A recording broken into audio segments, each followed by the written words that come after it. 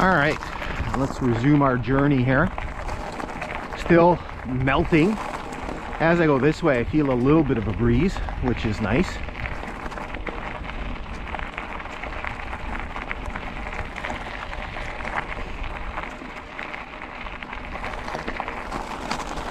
You can see the nature of the grade here. It's just straight and flat. Kind of a little bit more sort of swampy at times.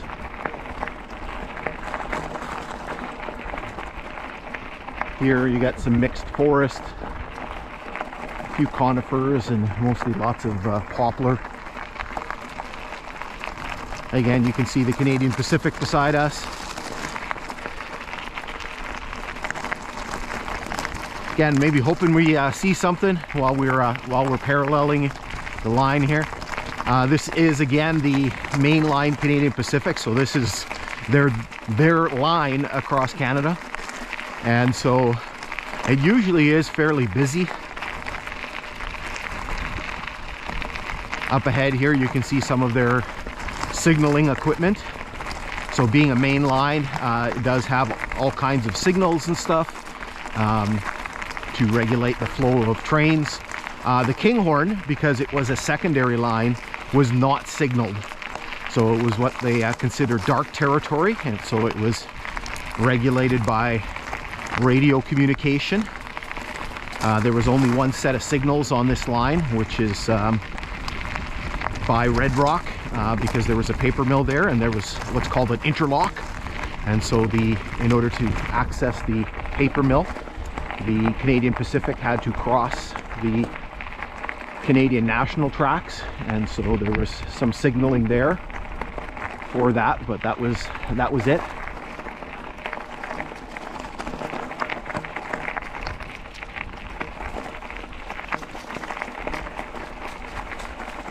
And so here you get a close-up view of their signaling equipment. You'll notice that in a lot of areas like this, they'll use solar power to work the signals.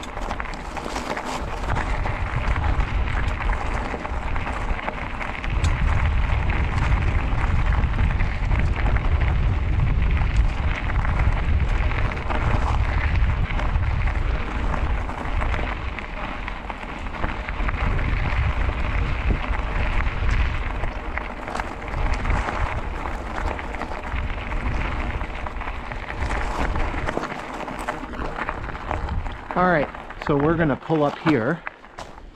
We need to do a battery check, and there's a little break here in the foliage so we can see the tree, so we can see the Canadian Pacific.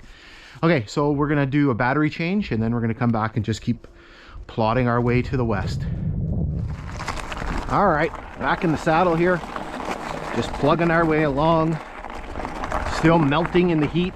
Like I said, once I get up on the bike here, seems like there's a little bit of a breeze, which helps a bit. The ballast here is just brutal. There's like a narrow rut right here, and there's still kind of spots where there's kind of where the ties were, and it kind of bumps you around a bit, and then you kind of get pushed into the thicker ballast, and it's hard to pedal. I know, I'm whining. All right, so we do have a little stop here. There's actually, back there's a peg from a actually there's more. So there's a peg from a telegraph pole and a few shards of insulator there, so at least something to look at. Luna's having a drink in the swamp.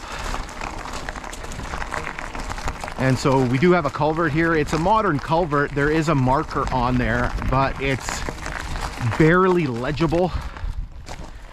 So I see 142.73. What I'm going to do is I'll try to double check that.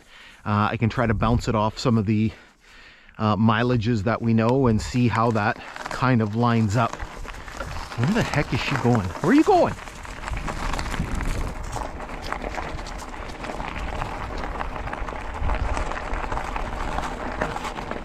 You can see how much water there is in places. Again, lots of runoff. And before one of the stops we made, I get an alert on my phone, and it's supposed to get some rain tomorrow, and it's like rainfall warning, and I'm like, you gotta be kidding me. I hope we don't get a ton of rain. Like, we don't need any rain right now. And it's actually not terrible here west of Thunder Bay. When you start getting up into the Dryden, Kenora area, they had a lot of snow like we did, and they've had a lot of rain lately. And I was just looking at video yesterday, and there's places on the part of the Trans-Canada Highway where it's like underwater. So people are like driving their cars, and you have to slow down, and you're driving through like 6-8 inches of water on the highway. That's how much water there is. So we certainly don't need any more precipitation. And sorry, little rant here. It drives me crazy. There's always people that are like, it's dry out. We need some rain. No, don't ask for it. Don't ask for it.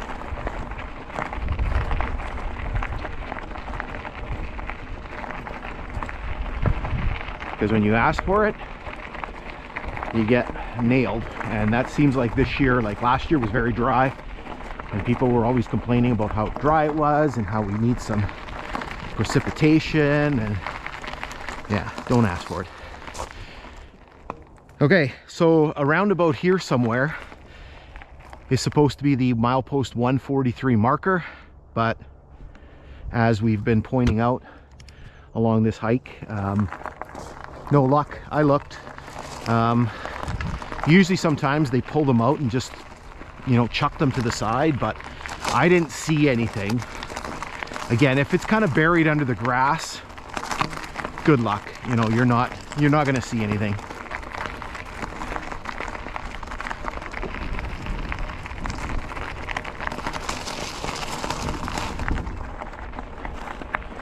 And so we're coming up here, just a little ways ahead is actually where the two rail lines split. They remain kind of close to each other, but not like this close. And so we do have another creek coming up here, just up ahead there, where you can see there's a big tree beside the grade.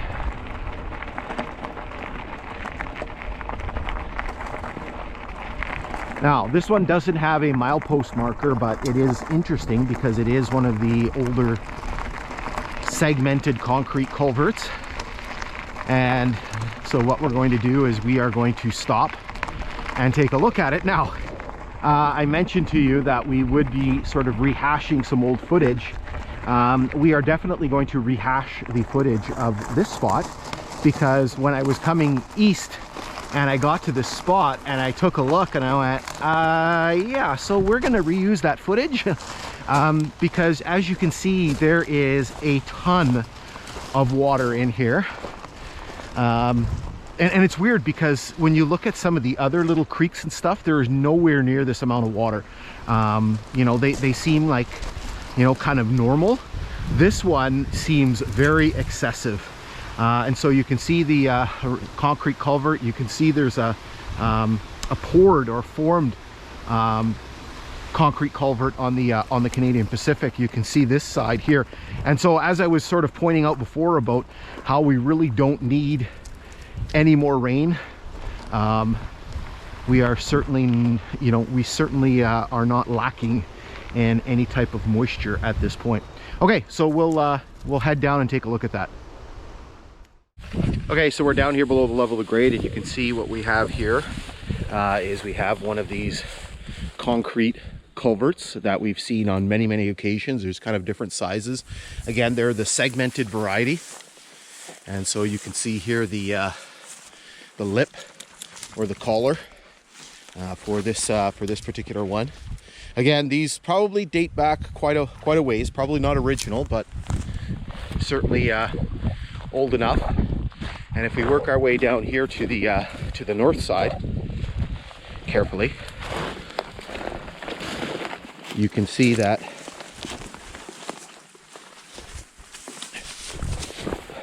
we have this end. So you can see the opening.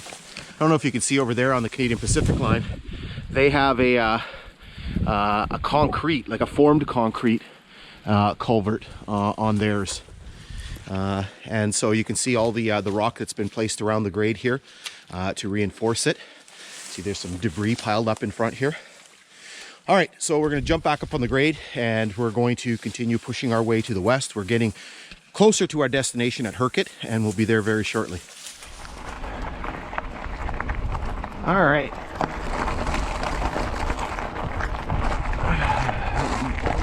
Back plodding along here again.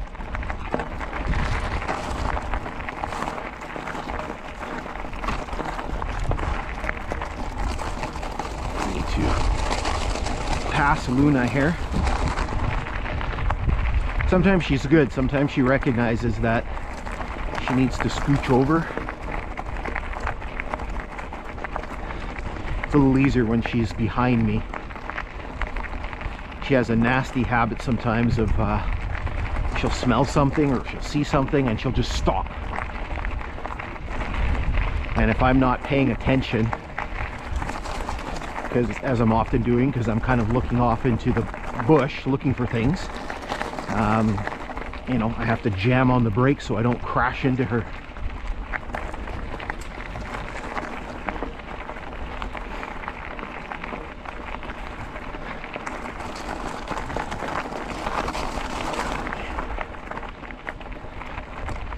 So right up here, just that tree line that you see up ahead is where the two lines diverge. The Canadian Pacific stays kind of straight, and the, I guess at one time Canadian Northern and later Canadian National curves and then eventually straightens out a bit. Oh man. Again, this ballast is just awful. Another culvert here. I think this one has a marker, but again, this one was not easy to read. What did I get? I got 143.4. So I will check that mileage and see if I'm remotely close. Again, it's hard to read. There's a piece of green insulator. So a Brookfield or a Hemingway. Oh man. It's almost like you don't want to slow down, because you slow down and then you start sort of plowing through the ballast.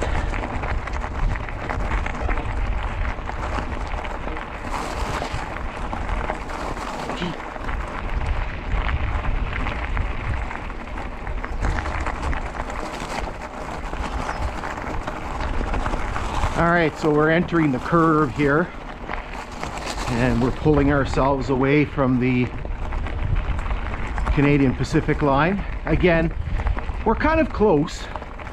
You'll definitely be able to hear it, but obviously not see it.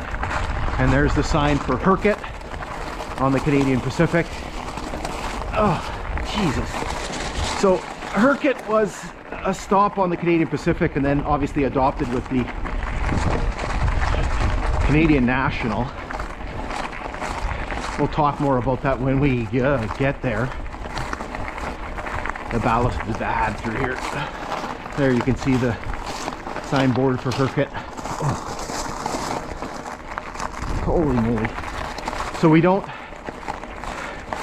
again, we get spots where we get close where you can kind of hear it, but the two lines eventually come back together at current junction, and they actually, in that spot, actually share trackage. The Canadian National has running rights over the Canadian Pacific. Holy moly. All right, so I will zip you ahead here a little bit.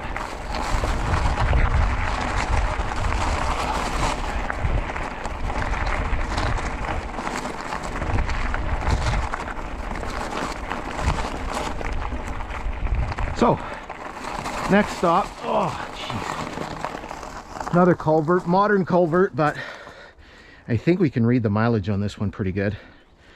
So this is, oh man, hold on a second.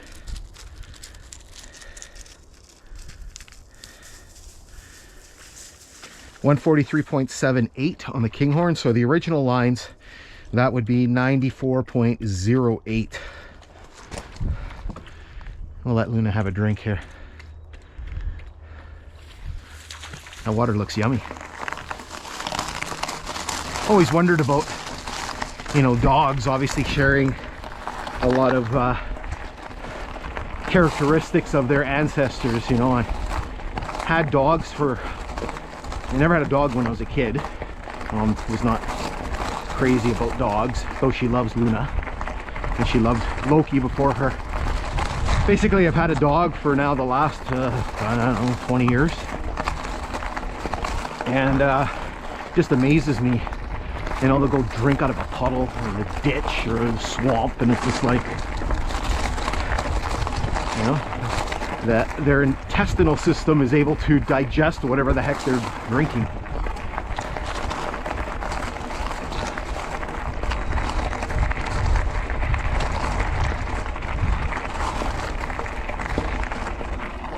Oh, it's a little cool through here. Didn't feel that bad this morning when I was, or earlier when I was riding through. So around here somewhere is supposed to be milepost 144, but again, as we've seen, there is no trace of any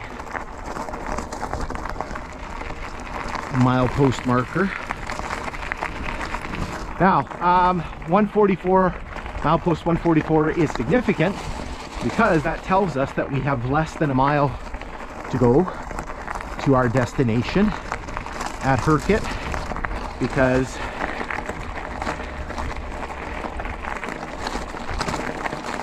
Herkit on the old line was milepost 95, and 144 would have been milepost 94.3 on the old lines.